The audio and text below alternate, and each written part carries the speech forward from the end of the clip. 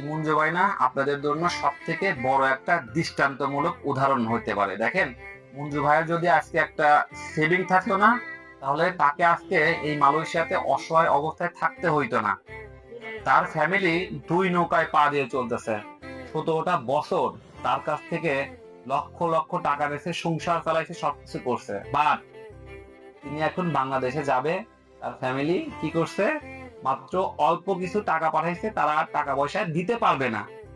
এখন যাই হোক, আপনাদের কাছে আমার রিকোয়েস্ট ভাই, 1 বছর থাকেন, 5 বছর থাকেন, 10 বছর থাকেন, নিজের জন্য একটা সঞ্চয় রাখেন। যদিও আমি বক্তৃতা আপনাদের দিচ্ছি, আমার নিজের কোনো সঞ্চয় মঞ্চয় কোনো কিছু নাই, হ্যাঁ, হয়তোবা আপনাদের উপদেশ দিচ্ছি, কিন্তু আমার কোনো কিছুই নাই। আমার মতন কেউ হইয়েন নাই, মঞ্জু ভাইয়ের মতন কেউ হইয়েন না।